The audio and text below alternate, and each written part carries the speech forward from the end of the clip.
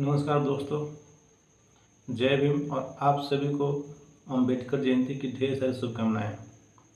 आज 14 अप्रैल है, बाबा साहब का जयंती है। हम लोग बहुत ही हर्ष उल्लास के साथ इनकी जयंती को मनाते हैं।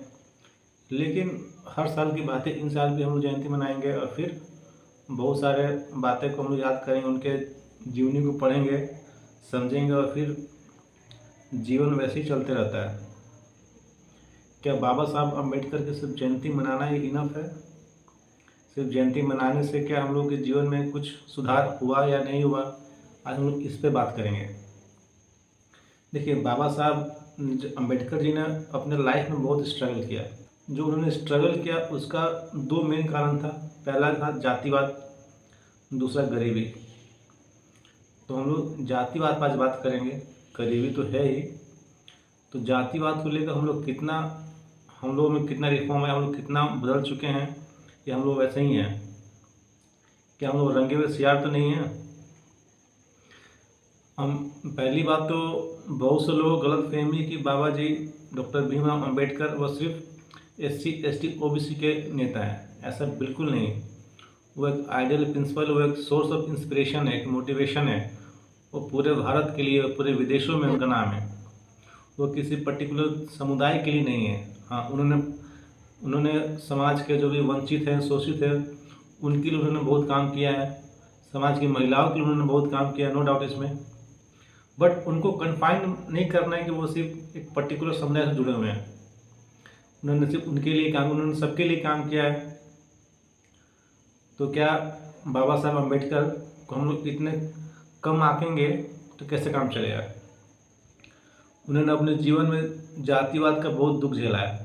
तो क्या आज 14 अप्रैल 2025 है, मेरा एक सवाल है आप लोगों से, स्पेशली SC ST OBC समुदाय से, या जो भी जाति के नाम पे पिछड़े हुए उन लोगों से, तो क्या हम लोगों ने आज जात पात छोड़ दिया है? मैं दी सो कॉल्ड अपर कास्ट, उनसे मैं कोई बात नहीं करना चाहता आज के दिन। उनसे मेरा कोई सवाल नहीं है।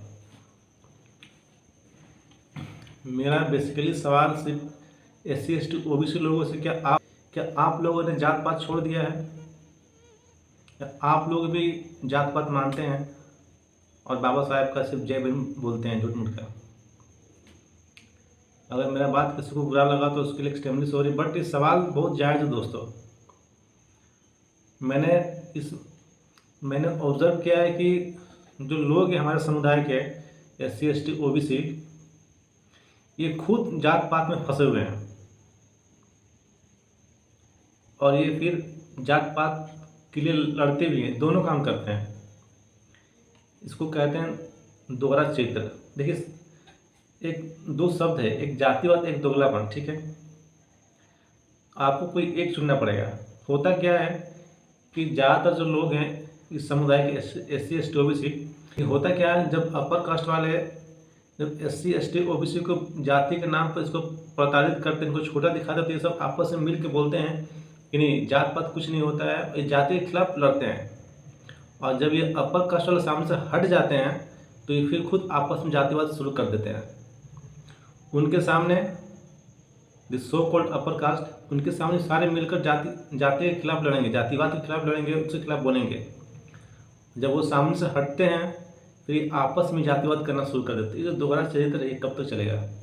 धोबी चमार को छोटा समझता है, चमार डॉन को डॉन, मुसर को मुसर किसी और को समझता है। ये आपस में एक दूसरे को छोटा समझते हैं जाति के नाम पे। लेकिन फिर जब ब्राह्मण राजपूत आपको जाति के नाम को छोटा समझता है तो आप उसके खिलाफ लड़ते हो। तो कहीं ना कहीं ये दोगलापन नहीं चलेगा। पहले हम लोगों को आपस में डिसाइड करना पड़ेगा कि हम लोग जात पात नहीं मानते हैं।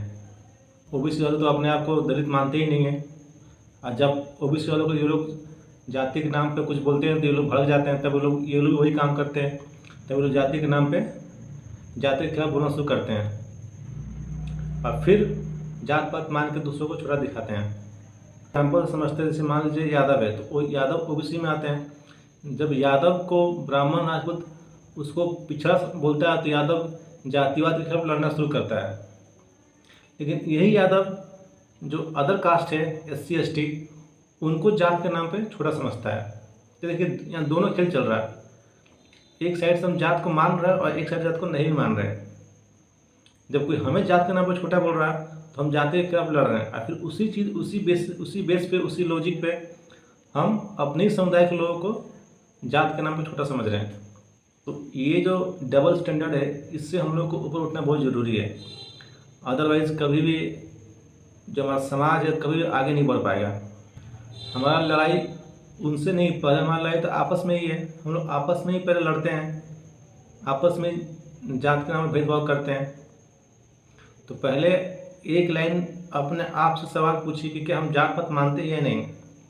अगर आप जात पात नहीं मानते हैं, स्पेशली ये सवाल SC ST OBC वालों के लिए है, अगर आप जात पात नहीं मानते तो फिर क्यों आपस में एक दूसरे को छोटा समझते हैं।